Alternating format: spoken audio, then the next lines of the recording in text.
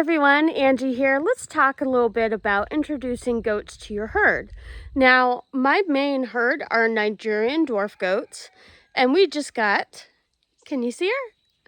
A Tennessee fainting goat, and she is a kid.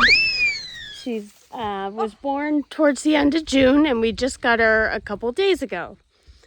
So in terms of introducing them to the herd, I do have them in the same area, but we have them together when we are home. And at night, it's hard to see in here. Maybe I'll do a different clip. I have a dog kennel in the main goat shed just because the main goats can get used to her scent. She can get used to sleeping in with the big goats, but she's also protected so the big goats don't harm her during the night. So during the day when we're here, we can watch her closely with the other herd. And they do a lot of headbutting just as a place of dominance, like where she exists in the herd. But you also have to be mindful because the Nigerian dwarf goats, they're about 100 pounds each. And she doesn't even weigh, maybe she weighs like 15 pounds. She isn't that big. She will grow up to be about that size, but obviously not right now. So when we're not home, we will keep her in her main, in the main goat enclosure here, and we'll let our other goats out on our pasture, just so they won't bother her. So it's been going okay the past couple of days. She's kind of been hanging out by herself in some senses, but she desperately just wants to play with the other goats.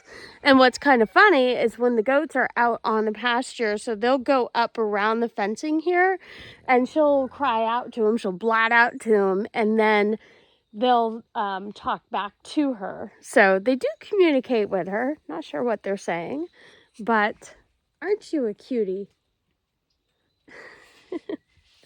So I'll give you a little history too about the Tennessee fainting goats. So they have a genetic mutation in their muscles.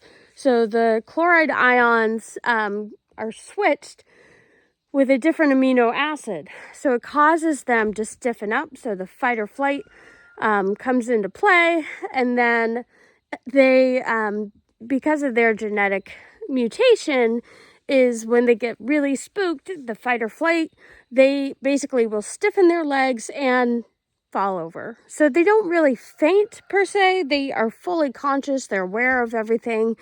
It's just the exchange in the muscle fibers. Now, the Tennessee fainting goats, farmers use them because they would have prized herd animals, and they would have Tennessee fainting goats because if there were predators around, the Tennessee fainting goats were slower, so predators would go after the fainting goats, and that would buy time for the prized herd. I know it is what their purpose was back in the day, but this breed, there's only about 10,000 of them in the U.S. Oh, she's just a cutie. So they are hard to find. We have a doeling. I'm not sure if we'll breed them down the road, but we'll see. See, she desperately wants to play with the other goats. What are you doing? But that's a little history about the Tennessee fainting goats, and yeah, they are a little unique and they're very docile. My Nigerian dwarf goats, for the most part, are very docile. They don't really jump over fences, and that was another reason why I wanted this breed. I do like pygmy goats, but they can clear a fence like you wouldn't believe. And these guys, yes, they do have a fence, and you can see all my pallets around the fencing. They will challenge it. They know how to dig holes. They're very good, but they won't jump a fence. So she'll probably get up to anywhere from 50 to 100 pounds when she's fully grown. Aren't they so sweet? Look at them. Sorry, the sunrise. Can't talk this morning, haven't had coffee. The sunrise is beautiful here, and it's almost fall, so you get these incredible sunrises. And it's pretty cool outside right now, and the leaves will start popping color. It's just a beautiful time of year. Sorry, I have to show you guys. There is Waffles. That is our farm pug, and he loves the goats. He is so in love with our new baby goat. Huh?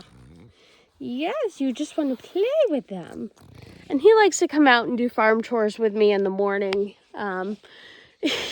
Like I said, he loves this little farm goat. He'll sit on, we do have an outside couch for the goat, so he'll sit on the couch with the goat, which is pretty hysterical. And that's another thing too is, yes, I have a dog, but whenever my goats and my dog interact, I'm always supervising them. I don't ever leave my dog alone with our goats because my dog is tiny and my Nigerians are big. Same thing with our little Tennessee fainting goats. So I'm actually going to put up a camera. I have an extra one from my chicken coop that I'll use for the goats, just so I can keep an extra close eye on them too. So I hope you enjoyed that. That's a little history on the Tennessee fainting goats and just a brief how to merge goats together for a herd. This is our first time doing it, but we've been talking to other goat owners on tips that they've used. Like I said, having a kennel in the main sleeping area at night just to keep her protected, and they can interact with each other, but when we're not here, we'll just separate them out just until she gets a little bigger.